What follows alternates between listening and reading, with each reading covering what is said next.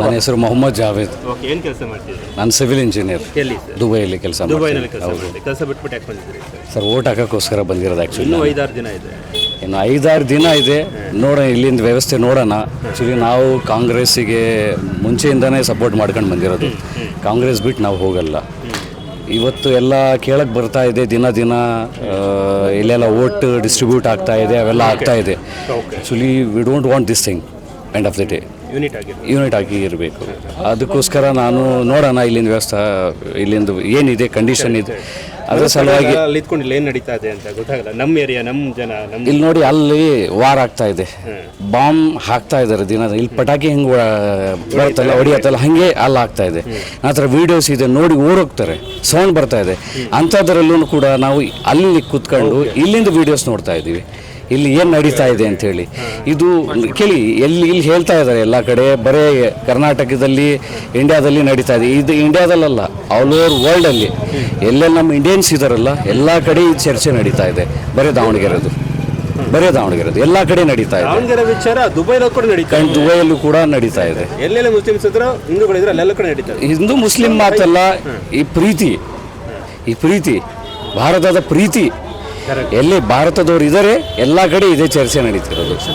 Election ನಾವು ಒಂದು ಸಲಹೆ ಕೊಡಬೇಕೇನೆಂದರೆ, ದಯವಿಟ್ಟು ಯಾರ್ದೋ ಮಾತು ಕೇಳಿ ಅಲ್ಲಿ ಇಲ್ಲಿ ಹೋಗಬೇಡಿ, ದುಡ್ಡಿಗೋಸ್ಕರ ಹೋಗಬೇಡಿ, ಓಟ್ ಬ್ರೇಕ್ ಮಾಡೋದು ಕೆಲಸ ಮಾಡಬೇಡಿ. ದಯವಿಟ್ಟು ಕಾಂಗ್ರೆಸ್ಸಿಗೆ ಓಟ್ ಕೊಡಿ, ಯೂನಿಟಿ ಆಗಿರಿ, ನಮ್ಮ ಪಾರ್ಟಿಗೆ ಆಯ್ತಲ್ಲ ಒಂದು ಒಳ್ಳೆ ಹೆಸರದನ್ನು ತಂದುಕೊಡಿ.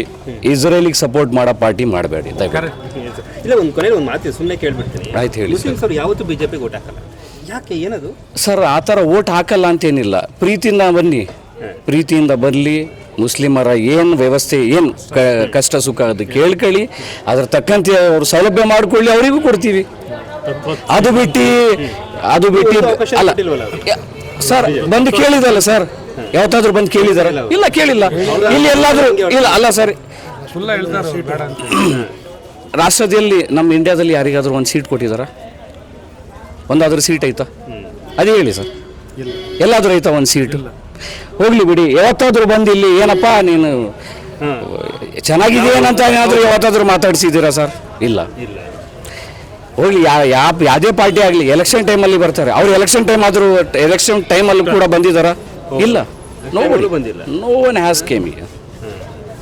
ಹಾಗಾದ್ರೆ ಅವ್ರ ಭಾವನೆನೇ ಹಾಗಿದೆ, ನಾವು ಹೆಂಗೆ ಬದಲಾಯಿಸೋದು ಅಂತ ಸರ್? ಇದು ಏನಂದರೆ ಅದೇ ಹೇಳೋದು, ಇದು ನಾವು ಮೊದಲನೇದಾಗಿ ನಾವು ಭಾರತೀಯರು, ನಮ್ಮ ಮನಸ್ಸಲ್ಲಿ ಏನಿರೋ ಎಲ್ಲರೂ ನಾವು ಒಂದೇ ಅಂಥೇಳಿ, ನಾವು ಎಲ್ಲ ಒಂದೇ. ಹಾಂ, ನಾವು ಅಲ್ಲಿ ಬೇರೆ ನನಗೆ ಸ್ಟೇಟ್ ಹೆಸರು ಹೇಳಲ್ಲ. ಅಲ್ಲಿ ಯಾರಾದರೂ ಎಲ್ಲಿಂದ ಅಂತ you are from which country ಅಂತ ಹೇಳಿದರೆ ಆ ಪರ್ಟಿಕ್ಯುಲರ್ ಹೆಸರು ಹೇಳ್ತಾರೆ, ಸ್ಟೇಟ್ ಹೆಸರು ಹೇಳ್ತಾರೆ. ಹೇಳ್ಬಿಡ್ತೀನಿ ಬಿಡಿ, ಕೇರಳ ಅಂತ ಹೇಳಿ ಹೇಳ್ತಾರೆ, ಇಲ್ಲ ತಮಿಳ್ನಾಡು ಅಂತ ಹೇಳಿ ಹೇಳ್ತಾರೆ. ನಾವು ಕರ್ನಾಟಕದವ್ರಾಗಲಿ ಯಾರು ಬೇರೆ ಸ್ಟೇಟವ್ರಾಗಲಿ ಯಾವತ್ತೂ ಕೂಡ ಕರ್ನಾಟಕ ಅಂತ ಹೇಳಲ್ಲ, ಮೊದಲೇ ಇಂಡಿಯಾನ ಅಂತ ಹೇಳಿ ಇಂಡಿಯಾ. ನಾನು ಸ್ಟೇಟಸಲ್ಲಿ ನೋಡಿ, ನಾವು ಬರಬೇಕಾದ್ರೆ ಯಾವಾಗಲೂ ಅಲ್ ಹಿಂದ್ ಅಂತ ಹಾಕ್ತೀನಿ. ಅಲ್ ಹಿಂದ್ ಅಂದರೆ ಅರೇಬಿಕಲ್ಲಿ ನಮ್ಮ ಇಂಡಿಯಾಗೆ ಕೊಟ್ಟಿರುವಂಥ ಹೆಸರು ಅಲ್ ಹಿಂದ್, ಹಿಂದವ್ರು ಅಂತೇಳಿ, ಭಾರತದವ್ರು ಅಂತೇಳಿ. ಅದೇ ಸರ್, ಇದೇ ಭಾವನೆ, ಇದೇ ಹೇಳೋದು ಎಲ್ಲ ಕಡೆ. ಏನಂತೇವೆ, ಇದು ಮನಸ್ಸು ಏನಾದರೂ ಮೊದಲು ಮನಸ್ಸು ಒಳ್ಳೇದಿದ್ದರೆ, ಒಳ್ಳೆ ಮನಸ್ಸಂತ ಬೆಳೆಸ್ಕೊಂಡ್ರೆ ಎಲ್ಲರೂ ಅದೇ ಥರ ರಿಯಾಕ್ಷನ್ ಕೊಡ್ತಾರೆ.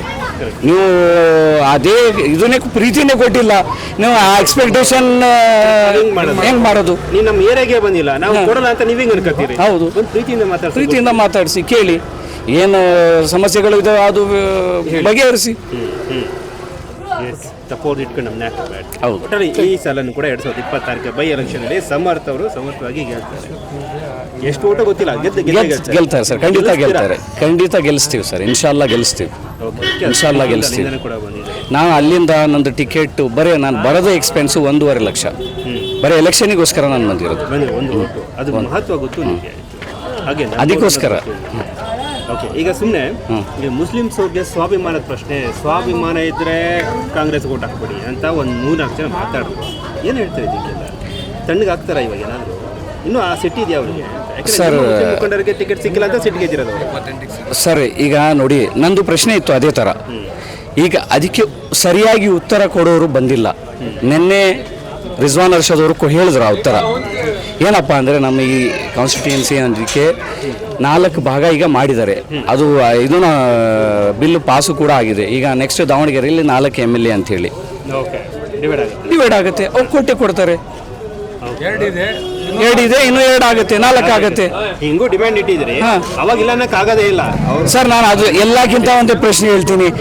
ಅಂಥ ಕೆಪಾಸಿಟಿ ಇರೋನು ಯಾರಾದರೂ ಇದ್ದಾರಾ ಸರ್ ಇಲ್ಲಿ? ಇದ್ದಾರಾ? ಯಾರು ಇದ್ದಾರೆ ಯಾವುದ್ರಲ್ಲಿ ಪಾರ್ಟಿಸಿಪೇಟ್ ಮಾಡೋಕ್ಕೆ? ಇವಾಗದಲ್ಲಿ ಏನು ನಾನು 100 ಜನ ಇಟ್ಕೊಂಡು ನಾನೊಬ್ಬ ಅಂತ ಹೇಳಿ ಅಡ್ಡಾಡ್ತಾರೆ ಸರ್. ಅಂತ ಮೆಂಟಾಲಿಟಿ. ಮೊದಲು ಸೋಷಿಯಲ್ ಕೆಲಸ ಮಾಡಿ. ನಾ SDP ಸಪೋರ್ಟ್ ಮಾಡಲ್ಲ ಸರ್. ಓನ್ಲಿ ಕಾಂಗ್ರೆಸ್. ನಾವು ಮಲಗಿ ಪ್ರೀತಿಯಿಂದ ಬಂದ್ರೆ ಅವ್ರು ಮಾಡ್ತೀವಿ, ಪ್ರೀತಿಯಿಂದ ಬನ್ನಿ ಫಸ್ಟ್ ಅಂತ ಹೇಳಿ. ಸರ್ ಪ್ರೀತಿ ನಾವು ಅದೇ ಹೇಳೋದು ಸರ್. ಹಿಂಗೆ ಏನು ಬೇಕಾದ್ರೆ ಗೆಲ್ಬೋದಲ್ಲ. ಪ್ರೀತಿಯಿಂದ ಅದು ಮನಸ್ಸು. ಹೇಳಿ ಸರ್, ಒಳ್ಳೇದಾಗಿಲ್ಲ ಸರ್. ಲಾಸ್ಟ್ ನಿಮಗೆ ಥ್ಯಾಂಕ್ ಯು ವೆರಿ ಮಚ್.